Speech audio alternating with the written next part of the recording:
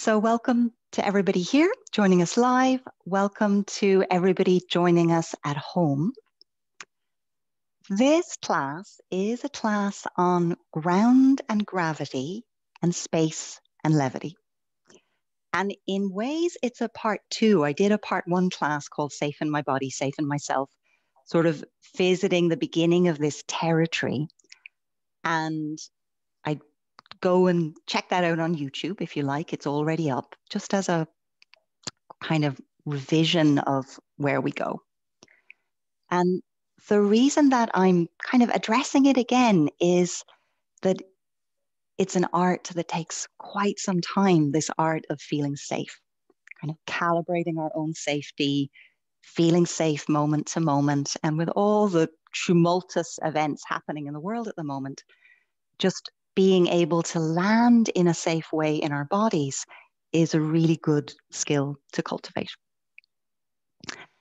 So I'm going to be using the word yield quite a lot. Now, it is a word that does not exist in all languages.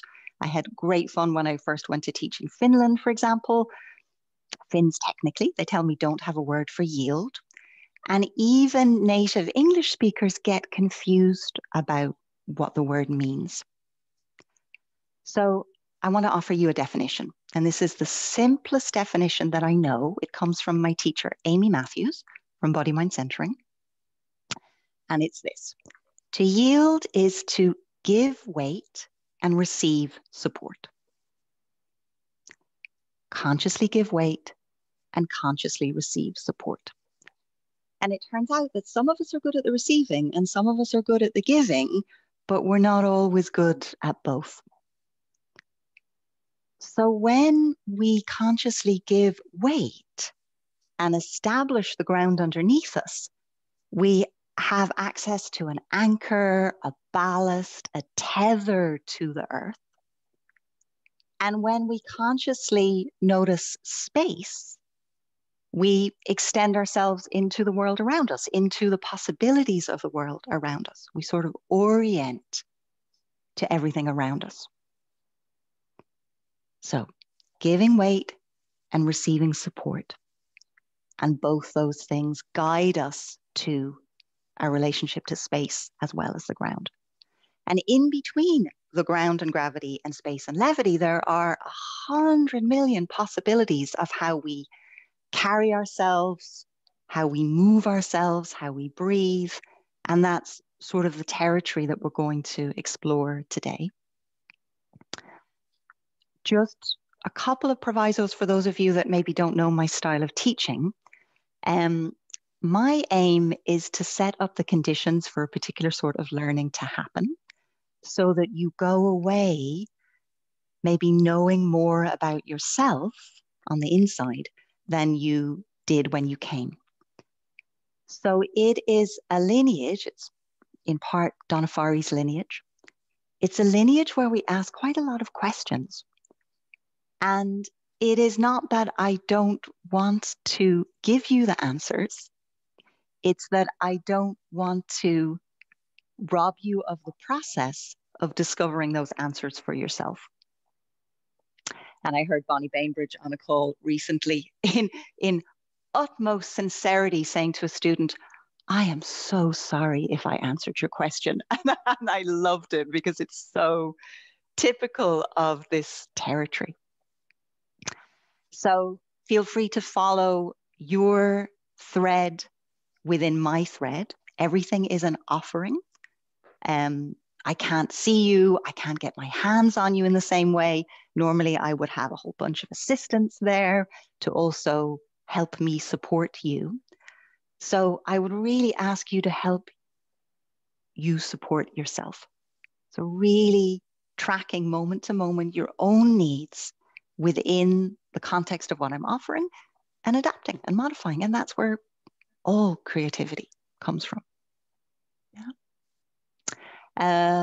The other thing that I just want to mention, some of you know I have what is called long COVID, which is a COVID with a long tail end. I got it in March, and it still has various restrictions.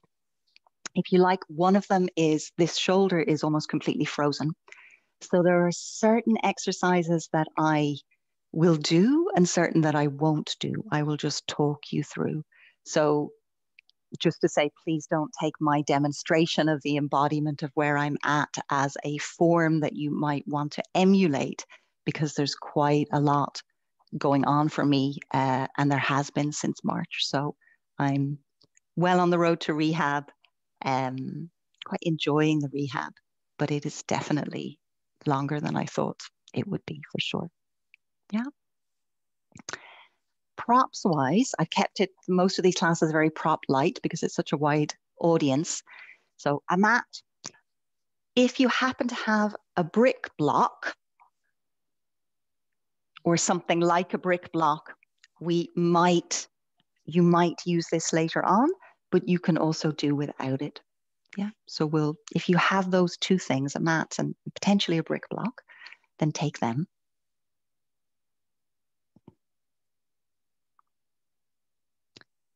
And then come and lie down on the floor. The magic words.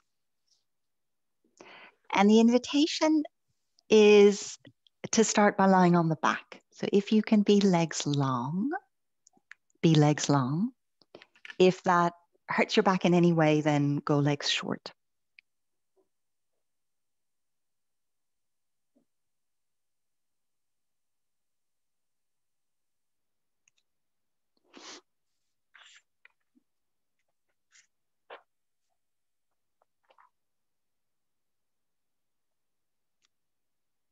If you need something under your head, take it. If you need a blanket underneath your body, take it. If you're feeling particularly bony and you have two mats, just ask yourself, what do I need for comfort and what do I need for support?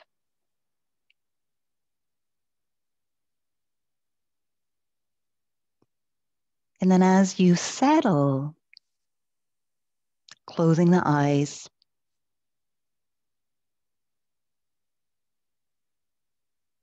and noticing if you let your gaze settle back, does that change something? And you could also turn the gaze down inside the body as if you could literally see inside yourself. And just notice what you notice this morning. What you notice about your energy level. What you notice about your mind. Is it fast? Is it slow? Is it steady? Is it jumpy? What is your emotional tone? Happy, anxious, apprehensive? It's quite a lot going on right now in the world.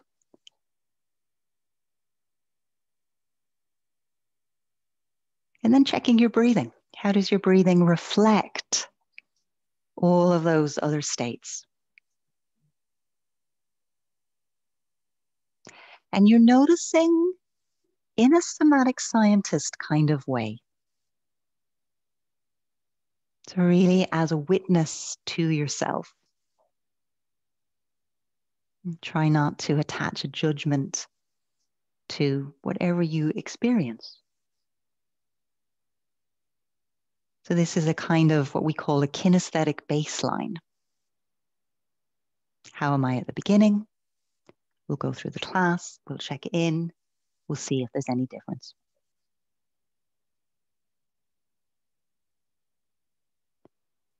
And then see what it's like to notice all of the places where you have contact with the ground.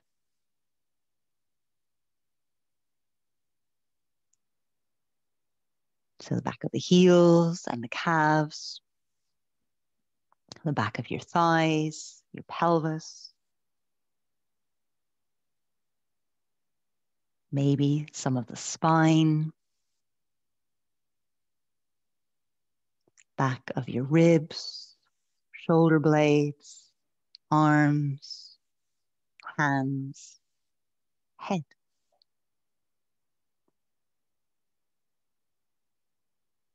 And in all of those places where you have contact, physical contact with the floor, could you allow yourself melt a little more? Could you allow yourself surrender your weight? Give weight.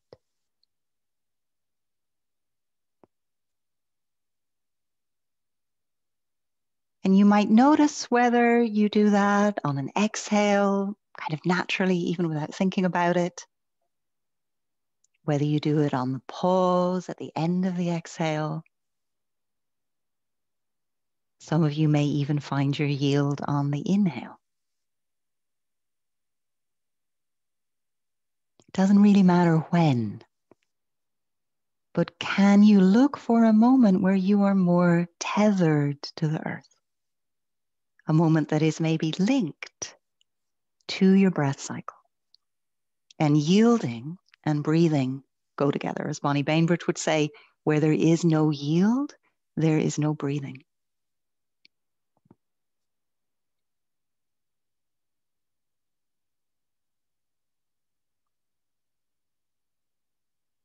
And as you stay and you breathe and you give weight, maybe you can add an image, cells of the skin spreading to receive the floor, imprint in sand, ink blot. Images are very personal. What works for you? What helps you settle into all of those places of support?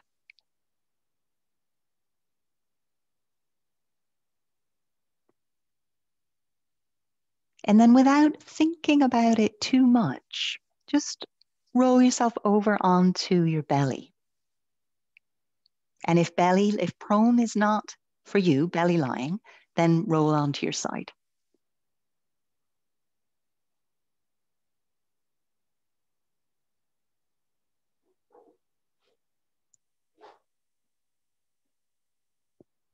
And see what it's like to give weight and receive support here.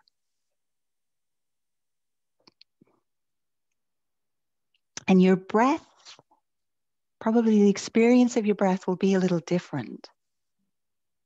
The abdomen is more contained here.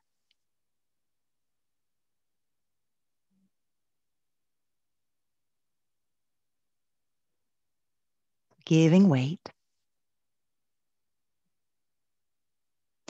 And you might ask, well, what weight am I giving? And on the belly, it can be quite nice to feel for the weight of your organs, all your juicy abdominal organs, upper chest organs, the heart, the lungs. Can you give weight with your inner body, not just with your skin?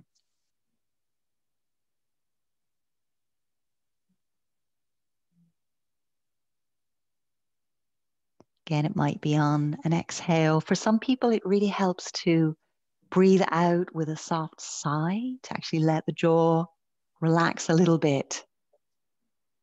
Just settling, melting, surrendering. And just notice as you do that, the more you stay, does it allow your breath in your back to be bigger? Or the breath in the back to travel more towards the head and towards the tail? And I simply love the image of the spine like a piece of driftwood floating on the ocean of the breath. Some of you will have heard me say that before. And it's beautiful to explore it here. Really beautiful.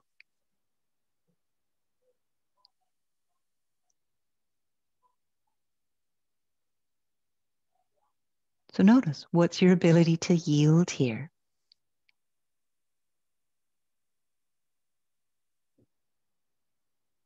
Does it feel safe? And how might you cultivate your own safety? By finding the ground.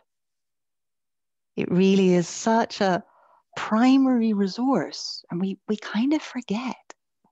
Really, all we need is a floor or a patch of grass.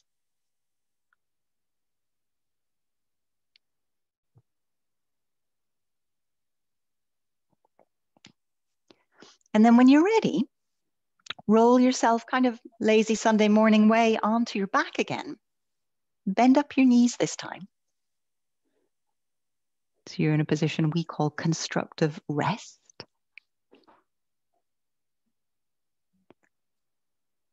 And take a little baby pelvic tilt, what we call an arch and a flatten. So I'll show it to you for those of you that are not sure. For those of you that do know it, just go ahead. Arms nice and relaxed. Inhaling, rolling across the sacrum, pressing the tailbone towards the floor a little bit. Exhaling, rolling across the sacrum, rounding the low back, tailbone lifts. Inhaling, arching the low back, tailbone moves down towards the floor. Exhaling, rounding or flattening the low back. Tailbone curls up in between the legs.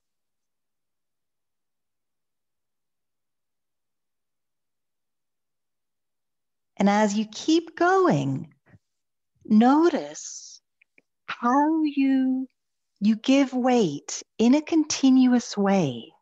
How do you roll across the bones of your pelvis? So your two pelvic halves and your sacrum in the middle.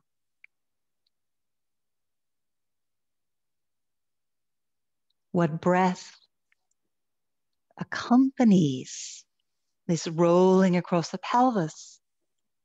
And could there be a sense of yield in a moment-to-moment way?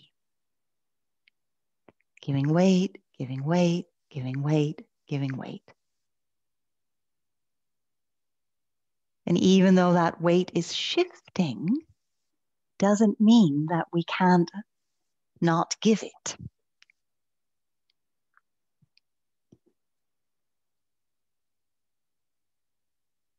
And again, those of you that know my classes know that Arch and Flatten is in pretty much every single class. I often say to people, if you've only got 5 minutes and you're going to do one pose, then this pose, which is from the Hana somatic tradition, is the one that I often advocate.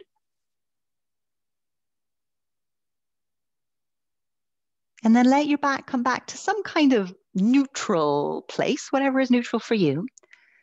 And start to let the knees now travel to the right and center, to left and center, and just spiraling the knees.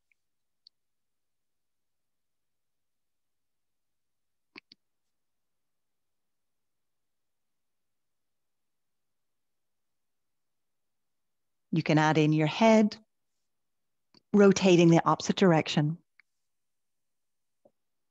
And if you know this movement as the full wash rag, you can also add in arms. I'm not going to teach the arms today. And again, notice the gradual weight giving. How do you give weight and what support do you get back from that giving weight? From the giving weight in your pelvis, from the giving weight in the sides of your thighs. And all of this work comes from the beautiful Bainbridge Cohen. It is her life's work in many ways, when she observed babies and how babies learned to move. What patterns, or what she calls basic neurocellular actions, I think she calls them these days. They've changed names a couple of times. But what are some of the things that babies recruit in order for movement to be efficient? And they certainly recruit gravity, and they certainly recruit space. And then over the next couple of passes, let your little spinal twist morph into whatever movement you wish. So what we call in somatics, a full body yawn. So how right now Do you wish to move and feel yourself and your beautiful body? And take a minute to notice what you need without your head getting involved too much. Just move like a cat would do, or a dog, or a baby. Just move. I'll give you about a minute and a half on your own now. In Somatics, we call this a pandiculation or full body yawn.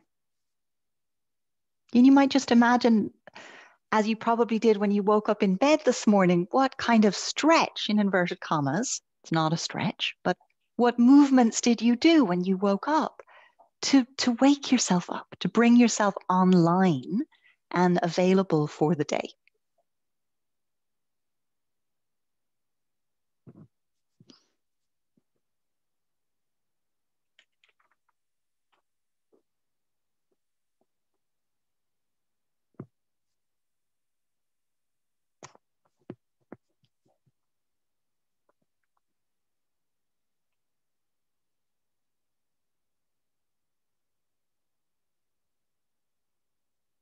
And enjoy it.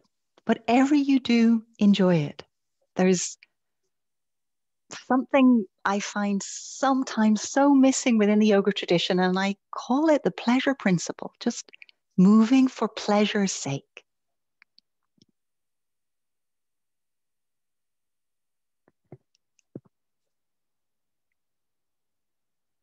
And then when you're ready, find your way onto tabletop, and you might want to watch just for a moment.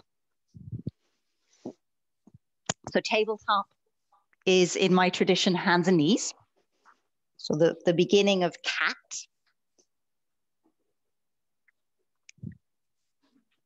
And try and set yourself up in as neutral a place as you can. So hands under shoulder blades, knees under hips, wherever they're comfortable. And I'd like you to experiment with circling. You can do this with me as soon as you get a sense of what it is. And they can be big circles or small circles.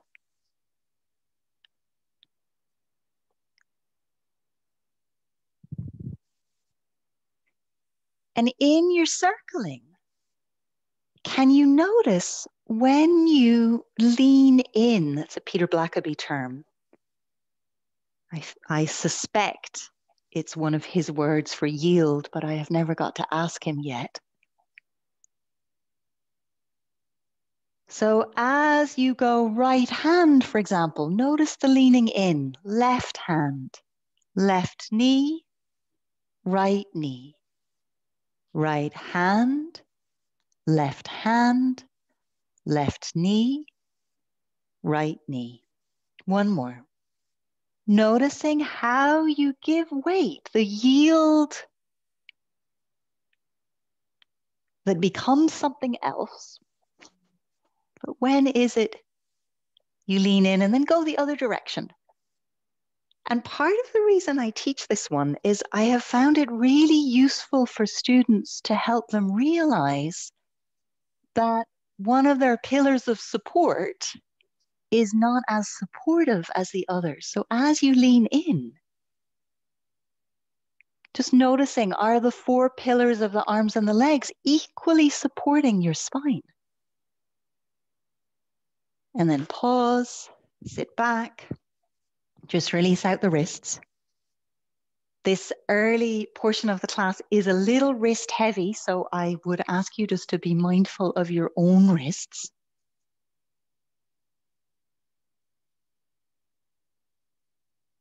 And give them a little bit of a shake.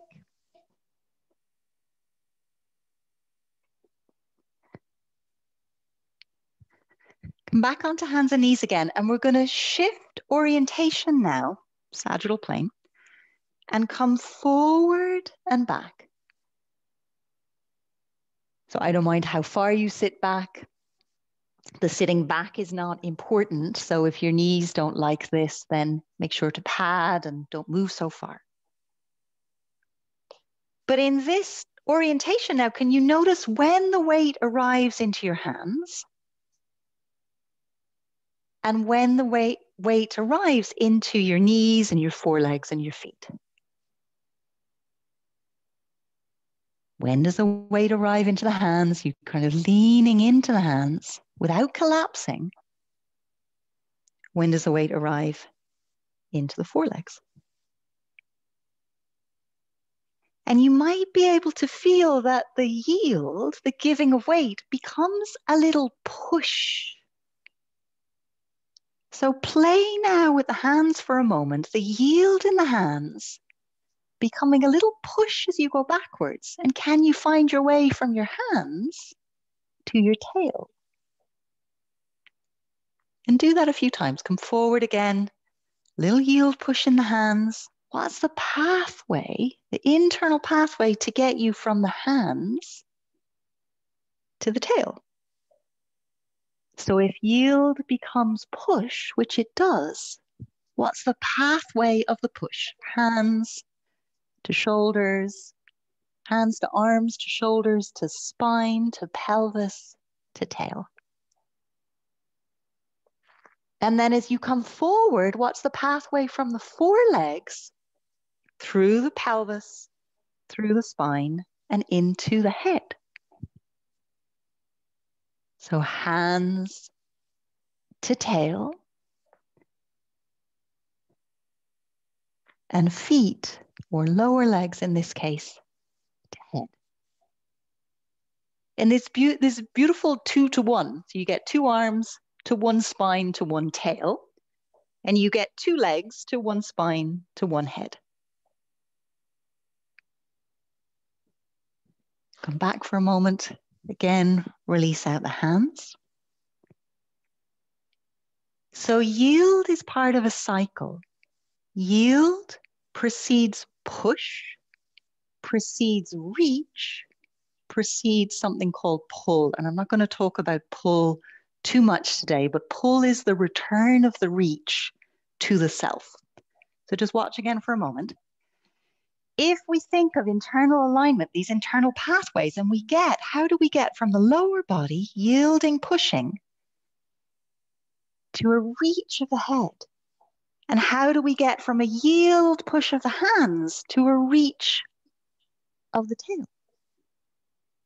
And if we can find it here, can we find it, yield push of the hands, reach of the tail, to take you into a dog with 2 arms? I'm going to do 1 arm, and then back down.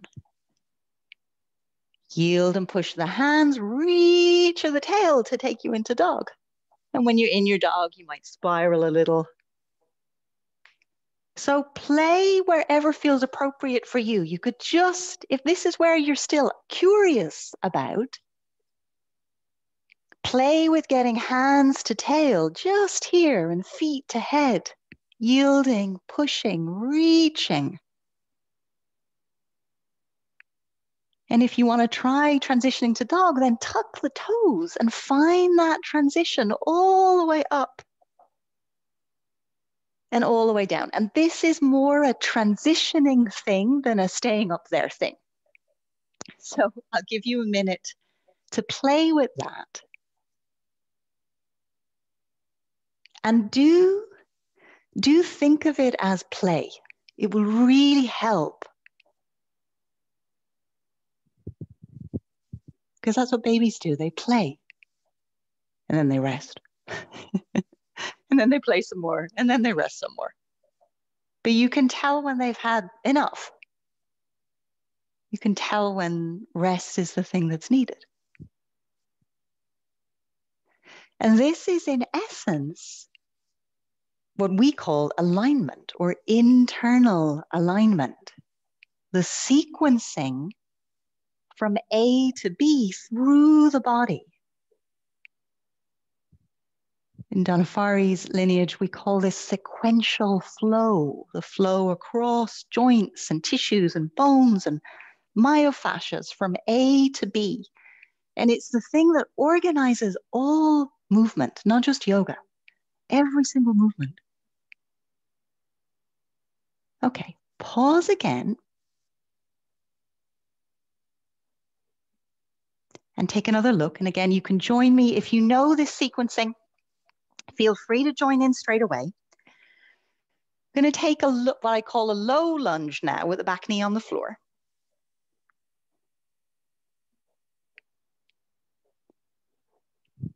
So I like to keep the front foot down the whole time. There are people that like to lift the toes, which makes a little bit more of a hamstring thing.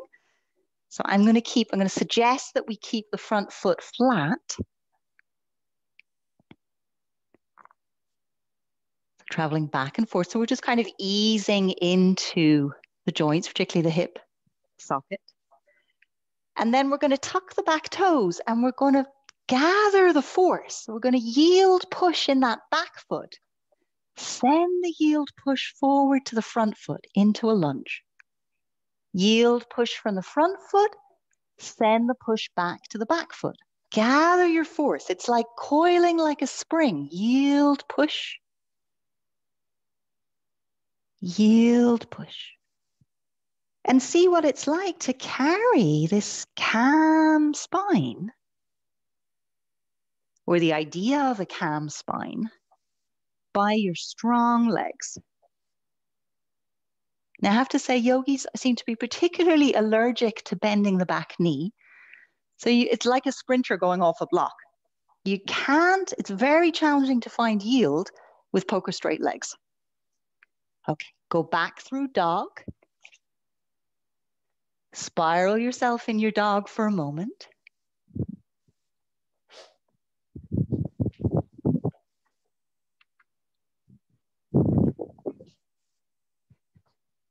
And then when you're ready, step yourself forward on your second side.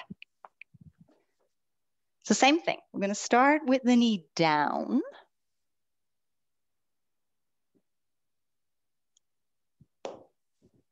Back and forth.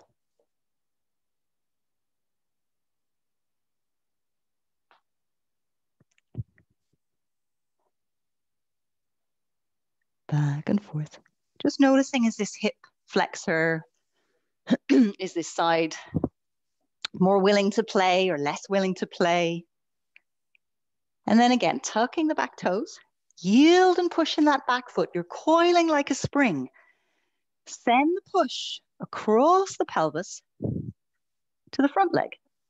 And obviously well, not obviously, but it also travels along the spine and to the head. But let's just go leg to leg for now. Can you find the pathway of the push across your bones and your joints and your tissues, leg to leg?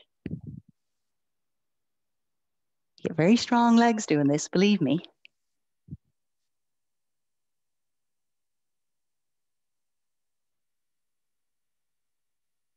And then take yourself back into downward facing dog again.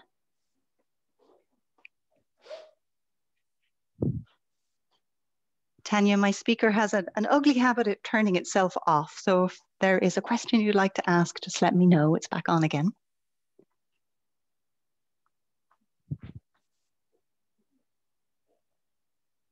And then from your down dog, walk your hands in towards your feet, or your feet in towards your hands, and come to stand.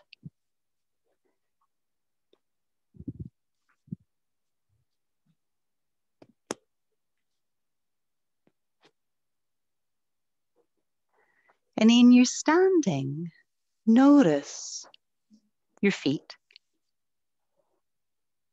And as you breathe out, could you settle your weight into your feet? So what's it like to consciously give weight and receive support in this position? You can close your eyes if that's easier for you, often is for folk.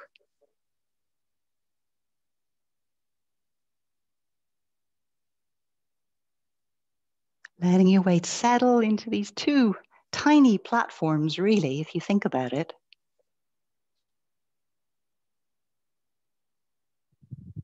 Noticing the rebound from the giving weight, and how that rebound might connect you to space, all of the space around you. And then see what it's like to play another game of how do we get from A to B. This is a spinal roll if you know it.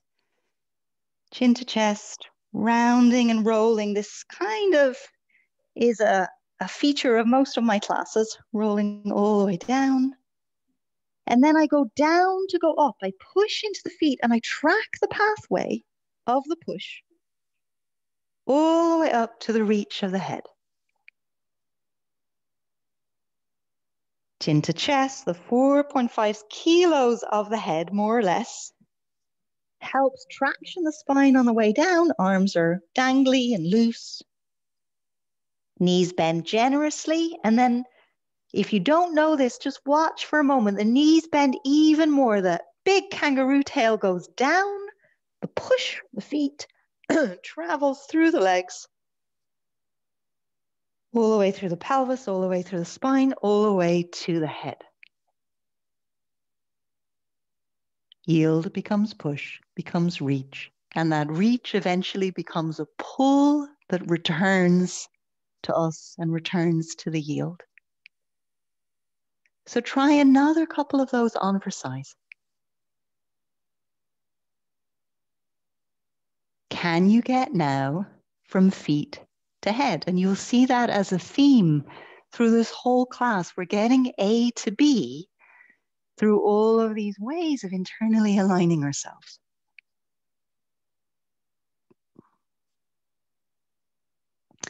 Now, the next time that you come up and you go down into your feet, you go down to come up, you push into the feet and you track the push, ankles to knees, to pelvis, to spine. As the push comes under the heart and lungs, I'm going to go one-armed, you go two arms. Let the arms float, the palms touch, and then come down through your midline again. So what we call tree of life. It's a spinal roll, and as the push comes under the heart and the lungs, you float both arms, embracing space, possibilities of space, to where the palms touch in the midline, and then you come right down the midline again.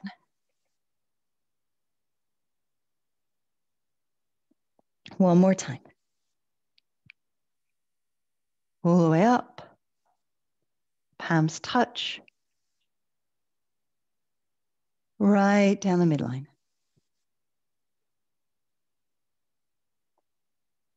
And then roll yourself back up again.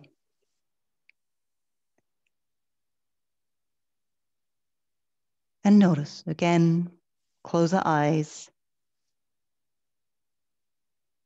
If it's useful on your out breath or after your out breath, grounding down into your feet.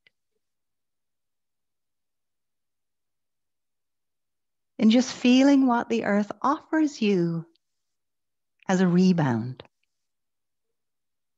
It's like if you had a tennis ball in your hand and you drop the ball, you don't have to do anything for the ball to come back to you. The ground reaction force of gravity does that.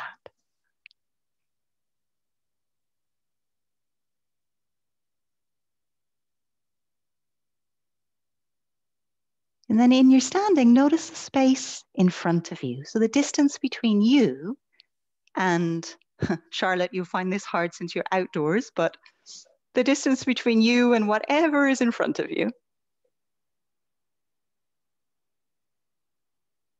Just sense into that space. And then the distance between you and whatever is behind you. So I'm sensing the wall behind me. The distance between you and the space to the right and left. So simultaneously cast your awareness out to the right, left space. And it may be that one of those spatial orientations is less familiar or less welcome. It can often be if you've had a trauma in the past that's come from a particular direction, sometimes we blur that direction in our awareness. So just notice if you're more comfortable or more safe in one of these directions. And then step your legs wide onto your mat. So I've got my feet kind of in parallel right now. It's another game of getting A to B. And here, if you imagine, if you ever played relay racing in school where you passed a baton to somebody and they took it, teams of 4 and they pass a baton and they take it, we're going to pass the baton from the foot to the ankle, to the knee, to the hip, to the pelvis, across to the other hip and down the other side. So can you get now side to side through the legs in this orientation, this relationship to gravity? So it might look a little bit Tai Chi-like. And if you want to work on stimulating yield and all of the actions that go with it, work with bent legs. It's one of the simplest things that you can do. Bend and straighten the legs often. Can you get from A to B? And it's not, just watch for a moment because I know some of you will do this. It's not a question of bend one knee, straighten. Bend. I don't know if you can see the difference between, I'll get my arms out of the way, between this, that action, and actually going down into the ground to send the weight across. So I have to be patient and wait for the ball to actually relay. And if you have a hip issue or a knee issue, the ball may skirt around. It may find another path, and that's fine. You're just looking for the most direct path for you.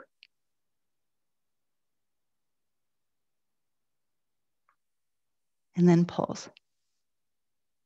2 straight legs. And we're going to orient the legs now towards a standing pose shape. So towards let's say a warrior 2, legs and pelvis. And see if that same action, can you do it here? Can you go into the back leg, coiling? And I'm just taking my hands out of the way so you can see. And then into the front leg. Into the back leg. Into the front leg. Can you get, it's just a different orientation, but the same trajectory. Yield and push through the legs, through the pathways of weight in the bones.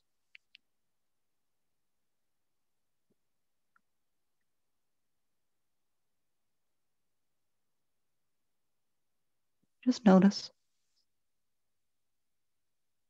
And then when you get there the next time, so into, let's say, warrior 2 legs, as low or as high as is comfortable for you today, give a little push from your front foot and check and see, does that push land in your back leg?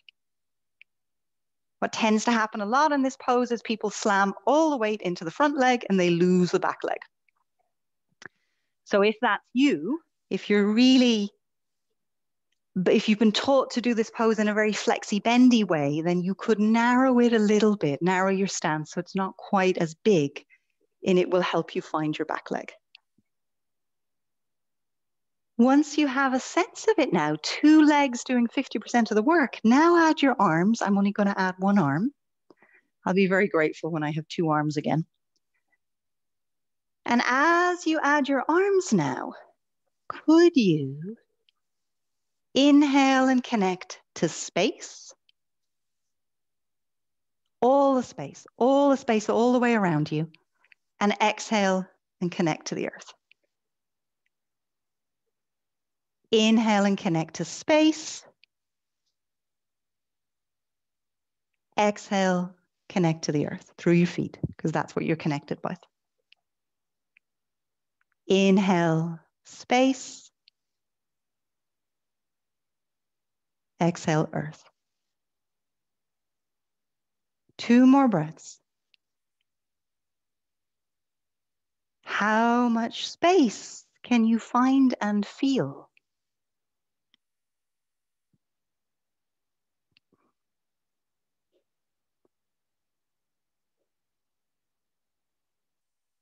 And then come out on that first side. Reorient the feet towards the front. Turn to your second side. So I quite like to, we'll do a class on this at some point, organize my sacrum by pivoting on my heel. So I just let my body follow where it needs to be aligned here. And then back and front. And as you know, warrior two is a kind of a 3/4 position. We're neither fully faced to the front, nor are we fully faced in a warrior one position. We're kind of as is or on the diagonal. But can you get back leg to front leg? Again, I promise you it will build super strong legs. Does not matter how wide your stance is. Just the question of can you relay force?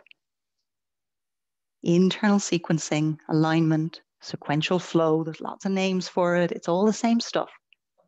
Yield precedes push, precedes reach, precedes pull.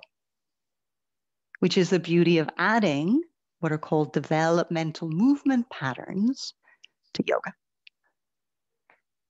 Okay, staying in your warrior two position.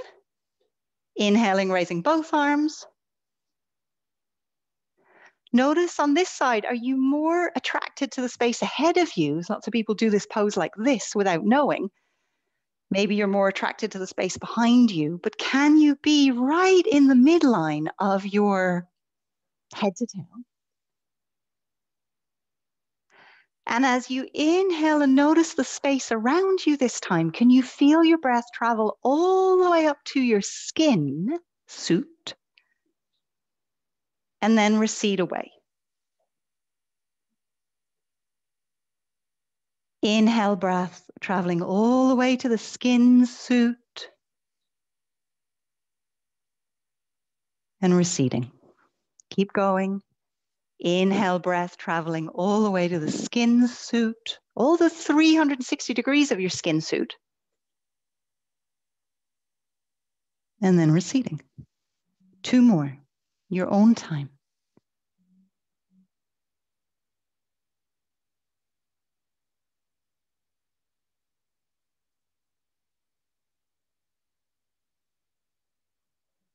Space, the possibilities of space, the support of space. And then come back to simple Tadasana for a moment. Eyes open or eyes closed.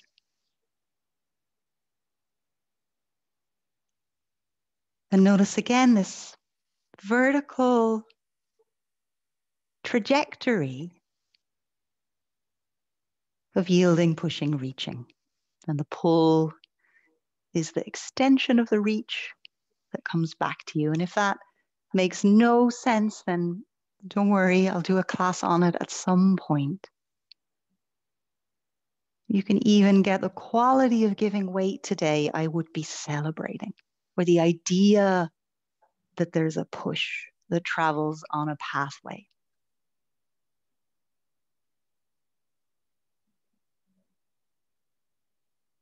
Okay. Let's go wide again. And if you have a block, we're headed for Ardha Chandrasana or a variation of. So if you like to have a block as a, what Donna calls a compassionate arm extender, then grab your block now. You could also use a chair or a low stool or anything that gives you something to place the arm on that's stable. Make sure it's stable. So again, just watch for a moment. I'm going to reorient the legs to the side. And this Ardha Chan is more about the yield, push, reach into space and the movement out of it than it is about being in the pose and hanging on grimly for dear life, hoping that the teacher says, come down, which is so often the case in this pose. So it doesn't matter to me whether you lift the back leg a foot off the ground or an inch off the ground or 20 centimeters off the ground. We're all in different systems. It matters that you find the yield push of the front leg, front foot, and figure out how that travels. So the idea is to find the yield push. I'm going to take my top arm out of it, find the reach, come back down, change sides. Find the yield push. You might have to go a bit more slowly. Find the reach. Come back down. Change sides. And so on. You're just going as slow, as steady as you can. Where does that reach travel through your limbs? Where's the yield and where's the push? And just join in your own time. And as I said, you can do this with a block or a chair in the front hand. And you can do it by just lifting the leg a little bit. You don't have to come up into the whole pose. And just go back and forth. And again, have a little bit of fun with it.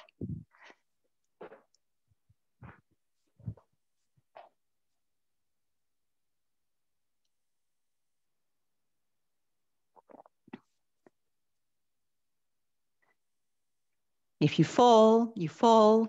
It's no big deal. If you lose your balance, know that's part of what stability is actually, is losing balance. And can you slow it down, simplify it enough that the yield push into the earth with that foot is tangible, because you need it to lift into this pose. You got to go down to go up. And the poker straight legs idea just doesn't cut it, not with yield. Now, when you've been practicing yielding for some time, you can yield with straight legs, believe me. But for a long, long time at the beginning, good few years, bending and straightening. Really useful. Arms, hands, legs, feet. Okay, come out of that. You're probably feeling a little bit warmer at this point. My apologies to the 6 o'clock in the morning ladies. And then take your block if you have a block. And if you don't, that's also fine. Choosing a side. Judith Lassiter calls them the mama bear, baby bear, papa bear side. So choose which side you want. And then let's just sort of contain the body again a little bit. If you're a teacher, this is a really nice thing to do once you've done broader poses. So bending and then straightening. And then bending and then straightening. I'm going to change to the mama bear side of my block, a little bit wider, giving you more adductor focus. And then this beautiful, you're going to do 2 arms, this beautiful reach of the arms. And out. Where's the yield? Where's the push? Where's the reach? And can the reach be just as integrated? So it's not a stretch. You're going to hear me talk lots about the S word. But when reach becomes too much of a stretch, it disintegrates the limb from the center. Whereas when you do it as a consequence of yield push, the limb stays integrated. And that, my friends, is what gives you beautiful, graceful, poised, easy, relaxed, powerful yoga. One more time, in your own time.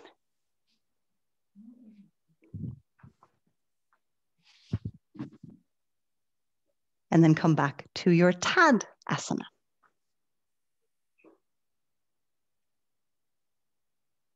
And again, noticing what you notice. Maybe a sense of heartbeat, tingling in the palms.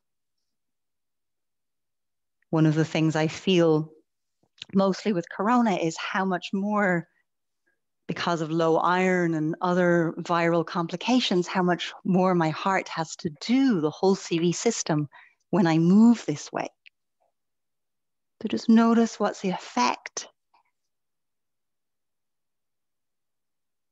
And how could you stand in such a way that you use, this is another Amy Matthews-ism, as much effort as necessary and as little as possible. So just being in your standing. Just being.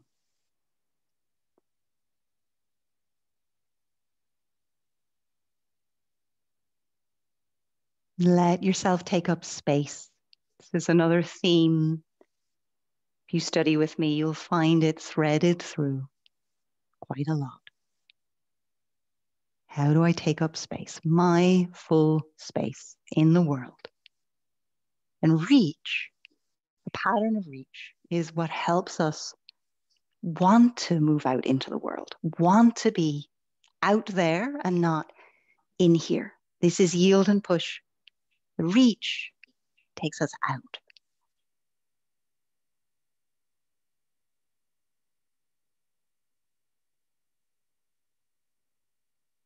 And I am so, so eternally grateful to Bonnie for really making this her life's work, these patterns, and to Donna Farhi for taking them and translating them into something that I could understand 20 years ago when I first started studying with her. Very beautiful. And I count myself so grateful to be at the intersection of those two lineages, those two incredible bodies of work. It feels quite unique to me. Okay. Come back down onto your back now into constructive rest. So that's on the back with knees bent.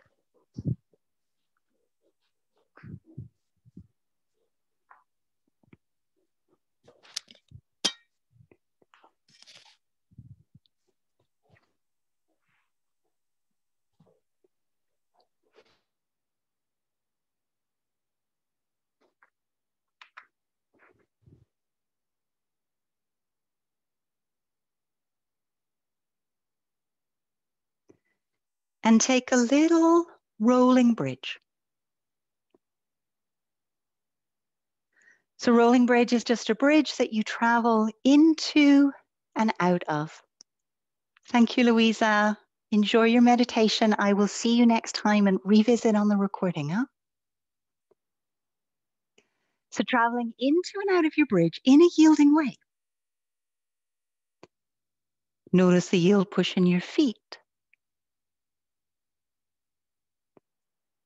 Notice the arrival of the weight into your shoulders and your head. So Setu Bandhasana, just a classic bridge pose.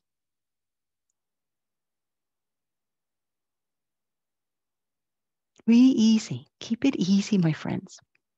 There's so much stuff at the moment that is in the not easy territory. So, yeah, I think easy is good. It's not always easy. That's the thing.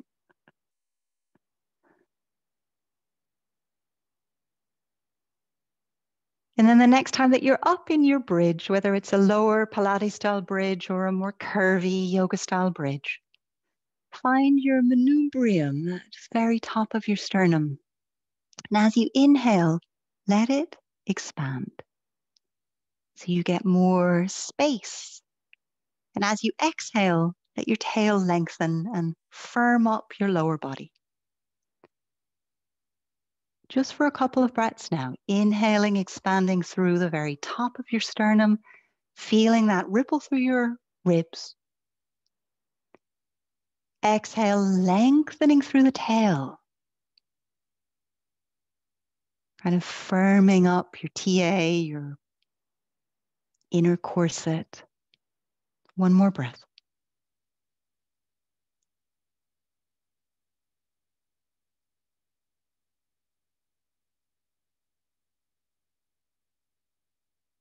And slowly, slowly coming down.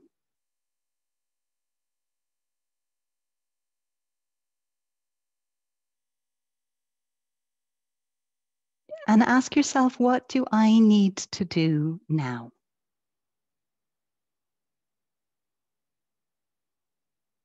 Do I need to bring my knees to my chest, kind of Apanasana style, in and out?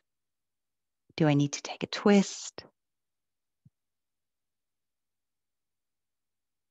And for the next 5 minutes or so, bye Pilar, enjoy. For the next 5 minutes or so, ask yourself, what do I need right now? And again, you'll find this a very common thing in my classes. I will often deliberately, consciously hand it over to you because no teacher, no matter how good they are, can satisfy the needs of every single student in a single class.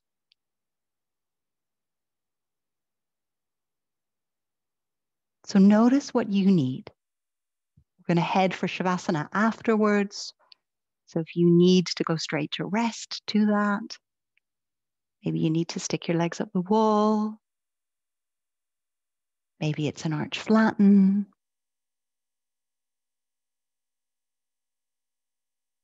Maybe it's just breathing. What do you need? What do I need right now? So about 4 more minutes. You'll hear me speak again in 4 minutes' time and guide you into Shavasana.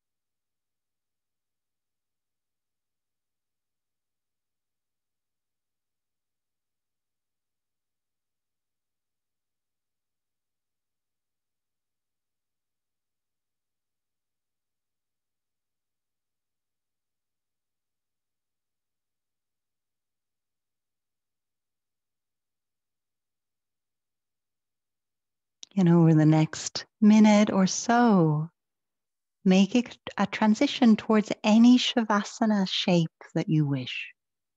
Shavasana on your back, on your belly, on your side, legs up the wall, supported or not. And you might just check in what would help me feel the most supported.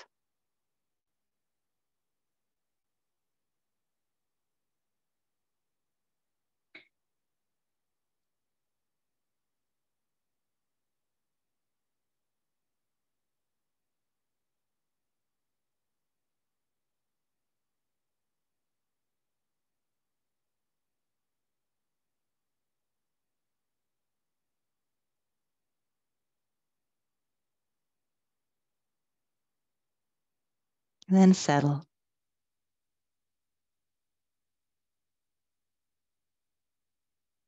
And I've talked before about yoga being a sort of homecoming.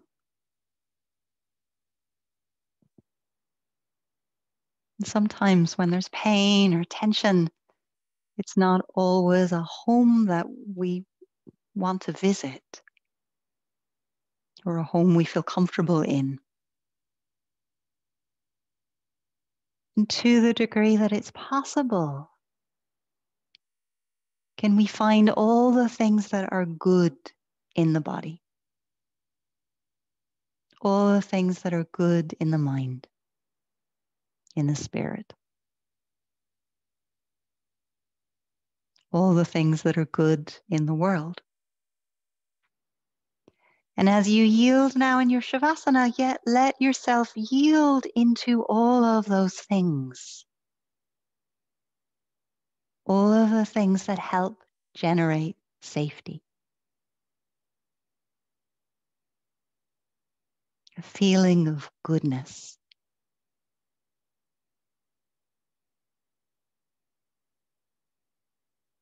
What's it like to cultivate a feeling of goodness?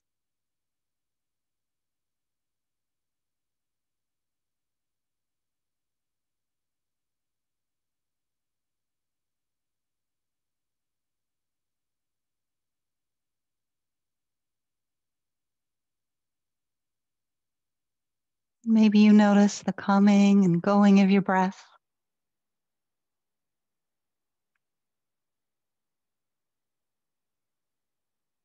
Maybe you notice the ground.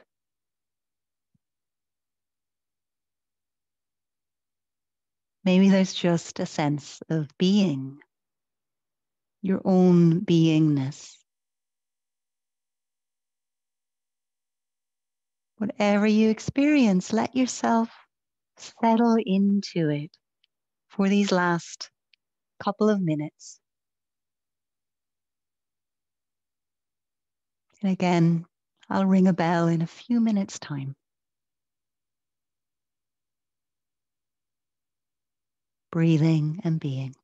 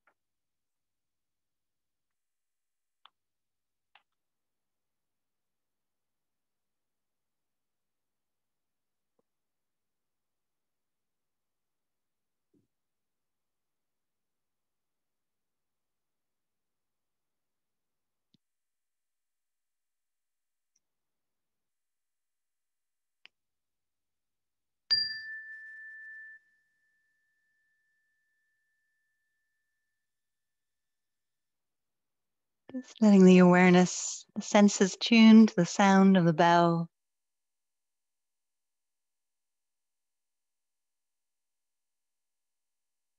Checking in and asking, what do I need to transition?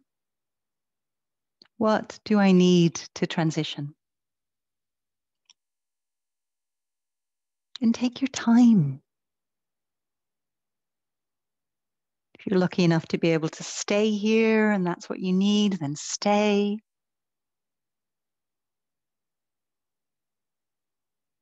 And if you'd like to move over the next minute or so, making a transition back to sitting.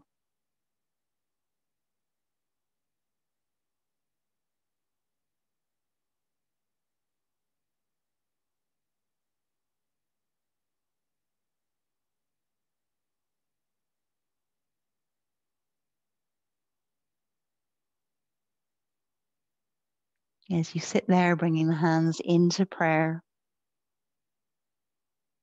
touching the thumbs lightly to your heart center.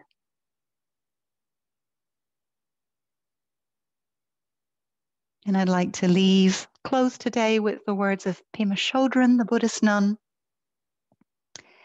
Getting the knack of catching ourselves, of gently and compassionately catching ourselves, is the way of the warrior. Getting the knack of catching ourselves, of gently and compassionately catching ourselves, is the way of the warrior.